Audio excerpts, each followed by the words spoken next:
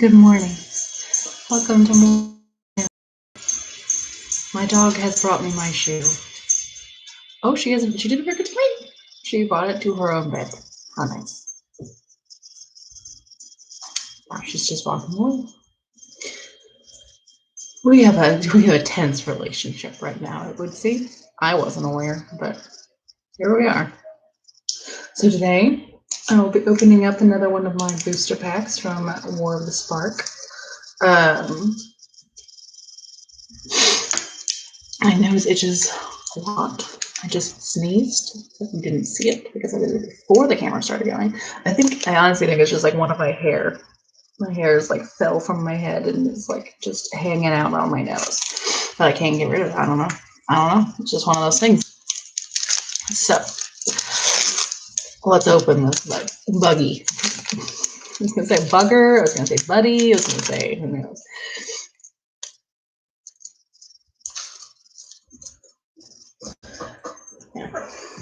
I already told you the story about how Ben knows the names of all the people who are on the covers of these. So that's fun. Okay, let's see. We'll break them up into creatures versus non-creatures. Yeah, artifacts will be separate.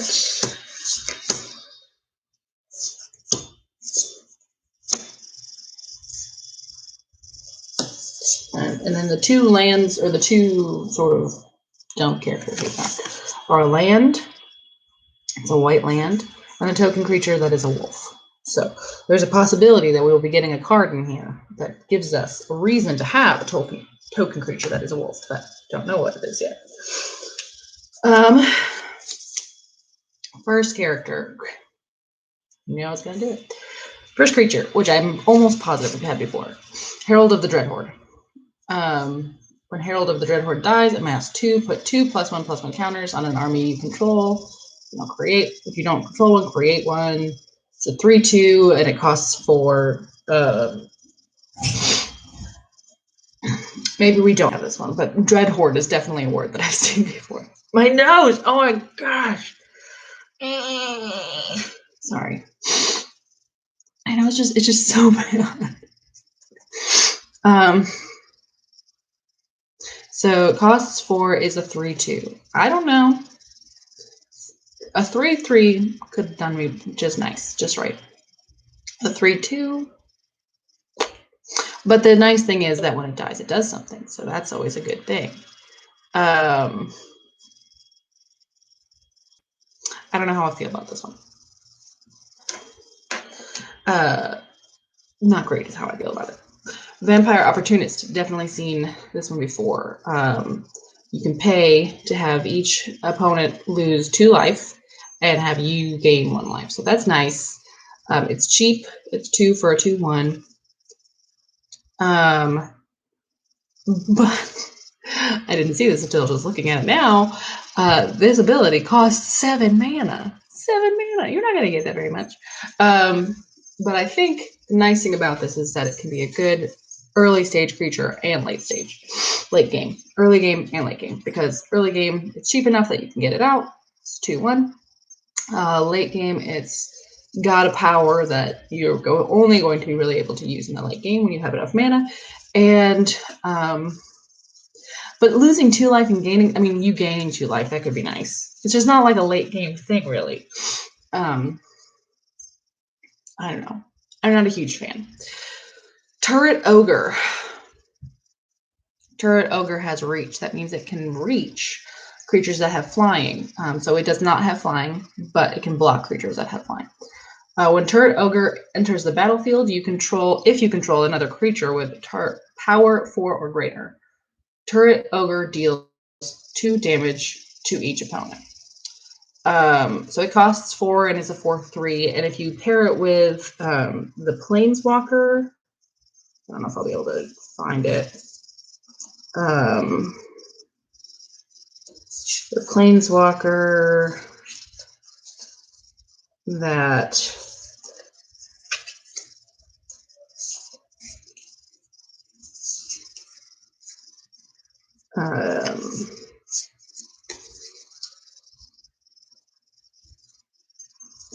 There's a planeswalker that gives you something every time. I think Ben must have put it in one of his decks. There's this planeswalker that gives you something every time you bring in a creature that has power of 4 or more. And this creature synergizes with that. Well, 1, because it has a power of 4. And 2, because it also does something when you have a lot of creatures with a power of 4 or more. So this will be good for that. And it's relatively cheap for a 4/3. Oh my goodness, my nose. I just can't with my nose. For a 4/3, it only costs 4, which is okay. It does benefit from not being the first one that you're able to put out. So that sort of like cheapness balances out.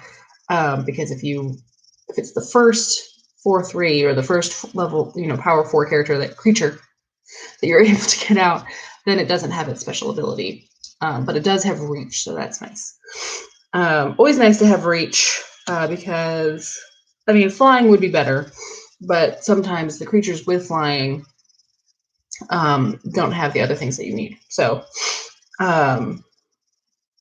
okay, where was I? Okay, yeah, here we go. Spellkeeper, weird. Definitely have seen this one before, because I've definitely seen the creature type weird before. That just seems rude. So it's a 1/4 and it costs 3. And then if you pay 2 and tap it, and then you set of cards out there that do a lot of removing things from the battlefield and putting them back on the battlefield. And this would be great with those, because every time it enters the battlefield, you put a +1/+1 counter on any creature that you control. So it's not a terrible creature to have out. 0/3, good defender.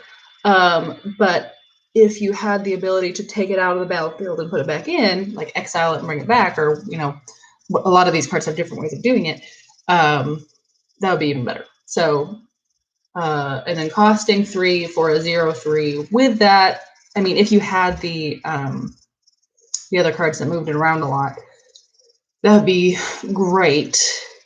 Otherwise, if you're just going to use it once for the +1/+1, I wouldn't have more than one of these in a deck. And so once I wouldn't have one of these in a deck, it's like, well, what's the point? But Ben, for instance, has a deck where +1/+1 counters factor.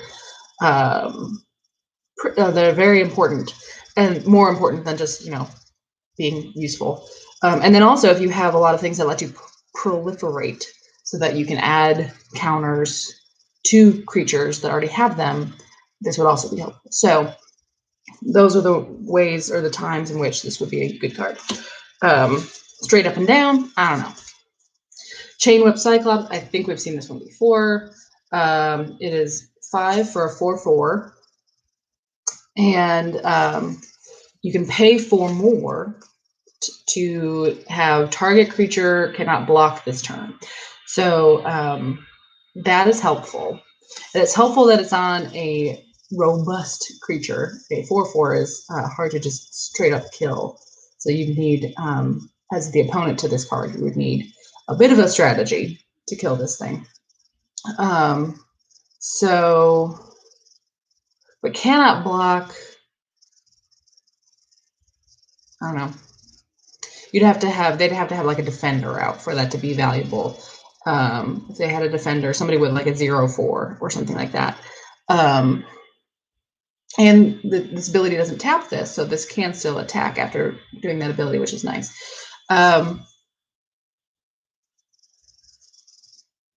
The nice thing about creatures blocking is that it kills them, or it can. I mean, if you have a strategy in place, you can kill a creature that tries to block you. If you prevent them from blocking, it becomes a little bit harder, because they won't be taking the damage from the attacking creature. It also doesn't tap them, so it's not like you can do anything that like use target tapped creature or whatever. I don't know. Jury's out on this one. Cost 5 for a 4/4, and then the extra 4 to do the no blocky thing. I don't know. Blocking is not normally my issue, like the other person blocking is not normally my issue. My issue is not, I don't want them to attack. They're going to kill me. I don't want them to attack. And then I saved the best for last. At least I assume it's the best. I haven't looked at it yet. Massacre Girl. It's a 5 cost. She has Menace. Menace means that she cannot be blocked by only one creature. She has to be blocked by more than one creature. When Massacre Girl enters the battlefield, each other creature gets -1/-1 until end of turn. Whenever a creature dies this turn, each creature other than Massacre Girl gets -1/-1 until end of turn. So that's interesting because that means that your creatures also get those. So if she's your only creature out, that doesn't mean anything bad for you.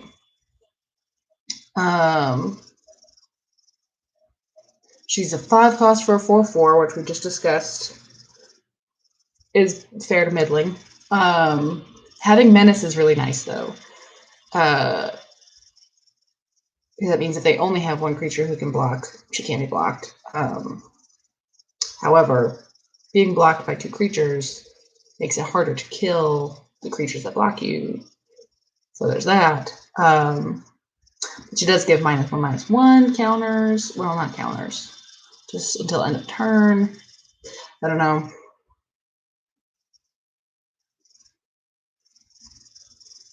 I want her to be better than she is. I want them to be -1/-1 counters.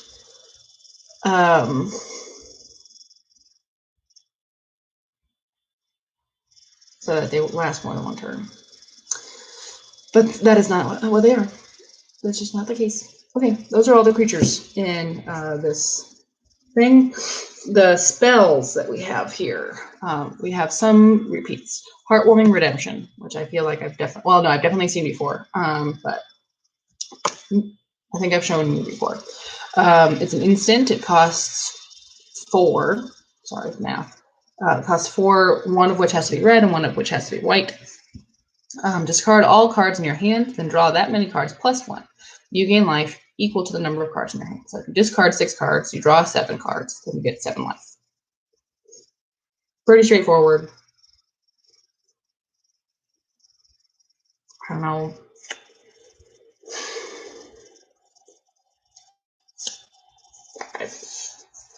It's useful, but not like something to write home about. Bond of Flourishing. It costs 2. It's a sorcery. Sorceries can only be cast on your turn. Look at the top 3 cards of your library. You may reveal a permanent card from among them and put it into your hand. Put the rest on the bottom of your library in any order. You gain 3 life. Oh, okay. So there's a lot of things there. Permanents, as we've discussed before, are a lot of things. Most things are permanents. Instant and sorceries are not permanent. But things like creatures, lands, artifacts, planeswalkers, etc. So basically, this is letting you choose anything. Do you need a land? Use this card. Do you need a creature? Use this card. Do you just want to draw a card? Use this card. Like, not bad. And then you gain 3 life. So that's nice. And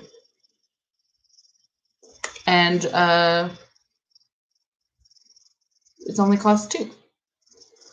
So it's not bad. It's not bad. Ben could use this, I think, in his he has a red-green deck. I don't know that he would. The gain 3 life thing isn't really necessary in his red-green deck. It would be a pain, let me tell you, because playing against his red-green deck is a pain. He's really perfected it to the point where my red-blue deck is a struggle bus. But this is a pretty good card. Costs 2, gives you 3 life, and a card. So that's nice. Spark Harvest. It's a sorcery. It's black. It costs 1. As an additional cost, to cast a spell, sacrifice a creature, or pay 4 mana. So it's actually a more expensive card than it looks. Destroy target creature or planeswalker. Oh, that's cool.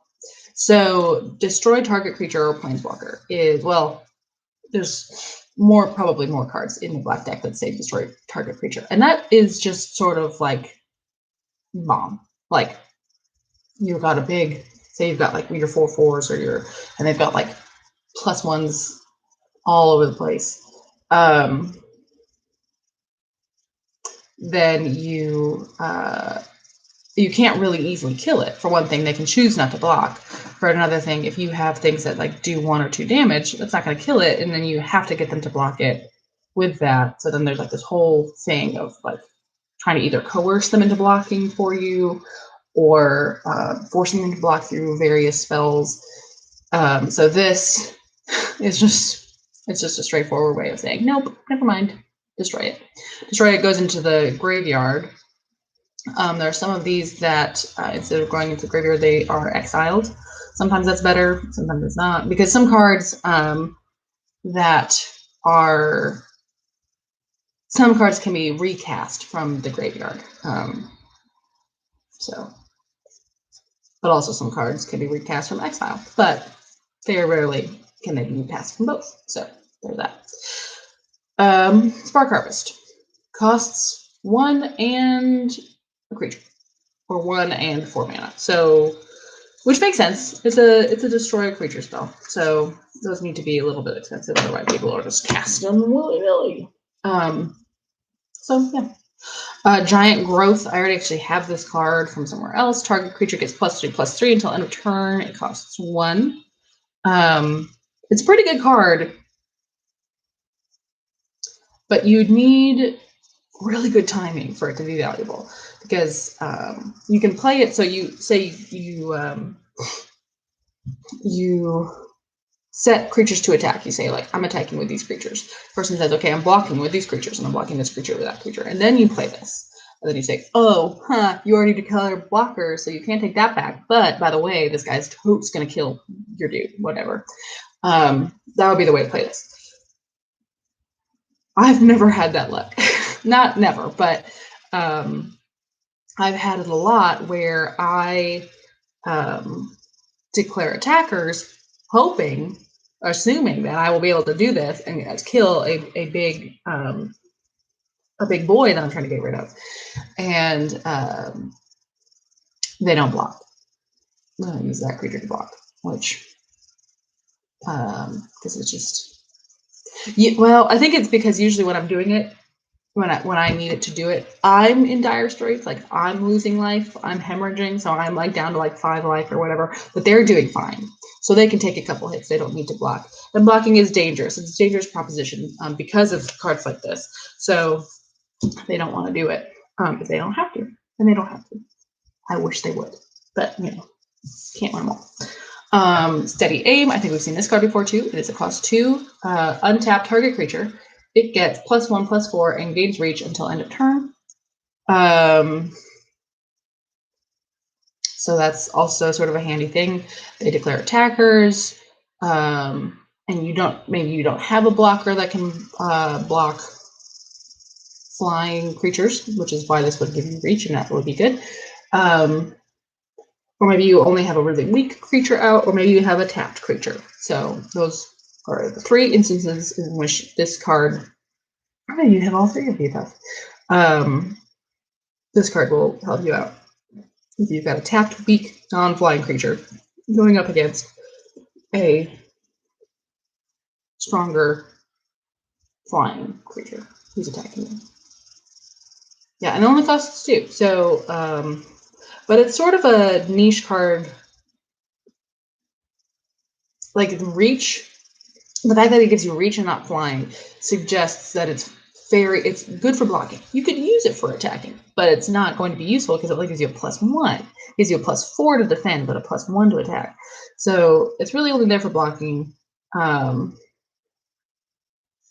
which means it's going to come in handy not as often. But it's cheap. So this would probably be one of those cards, as I discussed in previous episodes, that's what these are now, that's nice, where if you're going into a tournament and they give you, you have like 70 cards, and then you have like 10 cards that you're sort of like swapping in and out with your regular deck. This would probably be one of those. If you know that your opponent has a lot of flying and you don't, or you have a strategy that relies on a lot of low power creatures or low strength creatures, low, not very good defending creatures, then you might put this card in there because you know it's going to be useful. That's the thing. You need to know it's going to be useful before you start putting it in deck. All right, the last two cards we've got here are Artifact Creature. This Prismite. This looks like a bunch of prisms put together. Can't see that at all. Nope. But just trust me, the art is there. It costs 2, and it is a creature, so it's a 2/1. And for 2 more mana, you can use this to add mana of any color. So basically, you can prism. I get it. So you can use this to translate 2 of one color mana into 1 of any kind of mana. And it's also a creature. So that's nice. It's not a very strong creature, can be killed easily. So that mana power that it has is going to be it's going to put a target on this thing's back, and once that is the case, this thing is probably not going to last for very long unless you have other ways of defending it or giving it additional +1s. But it costs 2 for a 2/1. That's pretty standard, and then it additionally has the mana thing that you do have to pay for, but you know, mana of any color, that could be nice. So sort of my thought. And then we have our Planeswalker, Dovin, Hand of Control. So he's a blue-white. He can be blue or white. He doesn't need. You can see by his mana cost, that is he costs 2 of any mana, and then either 1 blue or 1 white, not both. So his static power that is out there all the time. Artifact, instant, and sorcery spells your opponent's cast cost 1 more to cast. That's a good deal because they did not build their deck assuming that would be the case. There are some of these cards, well, I don't have a Planeswalker, but I have another a creature card that says that instants and sorcery spells that you cast cost 1 less. And that's nice. That's a perk. That's useful. It can make playable cards that were not playable before, or in situations that they're absolutely needed, but they wouldn't have been playable. This one is nice because you can plan for it, but your opponent cannot. So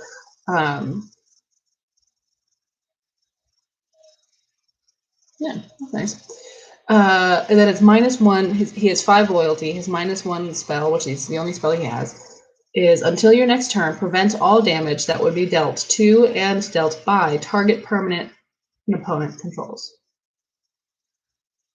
So you could designate one of their creatures and say that thing cannot do any damage, but you could also not do damage to it.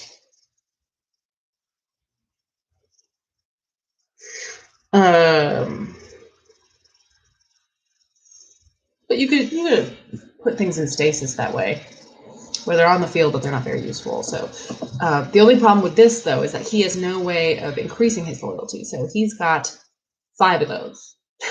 Exactly, no more. That's not true. Proliferate would give him more counters because he has loyalty counters. These are loyalty counters. So he would proliferate. If you had a deck with proliferate in it, he would be able to live a little bit longer and do a little bit more of these things. That said, it's not super useful, so it's a good thing he only costs 3, I guess. Yeah, that is our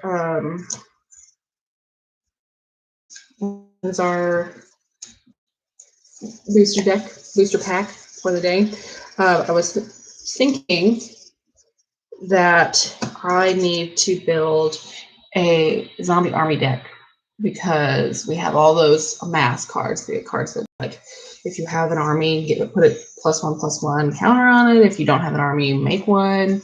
And I was thinking I think the way to do that would be a black-red. There was something in here. Yeah. So Angrath, Captain of Chaos, also just like a great art, great name, loving it.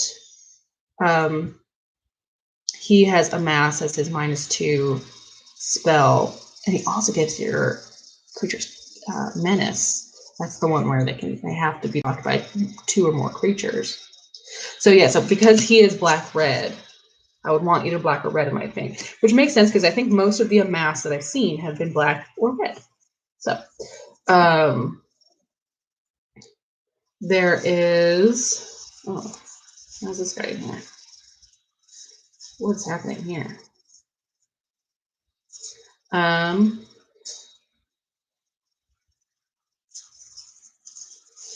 This is not what I was looking for, but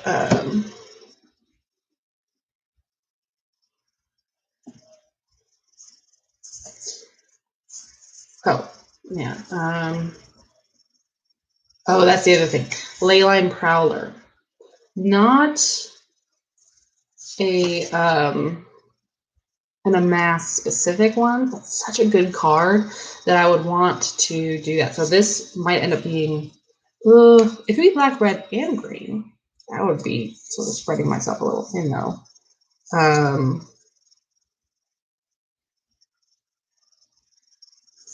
But the green cards have a lot of proliferate, so that would also work well with the Amass situation, with the zombie situation.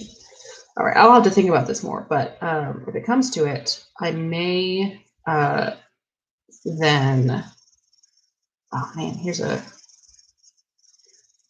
red-blue. That's Amass. Well, it's not a, whatever. What I was thinking is if it comes to it, I might build the deck and then go through it with you and just do that instead of going through another one of these things. Since we're hitting a lot of repeats, and I'm not as aware of the repeats, so I hope I'm not like boring you when I say, like, I'm like, I know I've done this before, but I'm not sure if I've explained it to you before. But anyway, I might make a deck and I might show it to you instead. But this week is probably going to be crazy, so probably not this week. I'm going to work today, as you can tell by the fact that I got dressed like a regular human. I'm going to even put makeup on. What? I'm going to put makeup on because I'm going to be on a video call. A lot of video calls coming up in my life. So, I'm going to have to do my hair. I haven't done that in over a month. What? All right. Well, it's been wonderful. Have a good rest of your Monday and a good rest of your week. Don't do drugs. Stay in school. Dip away. Wait staff.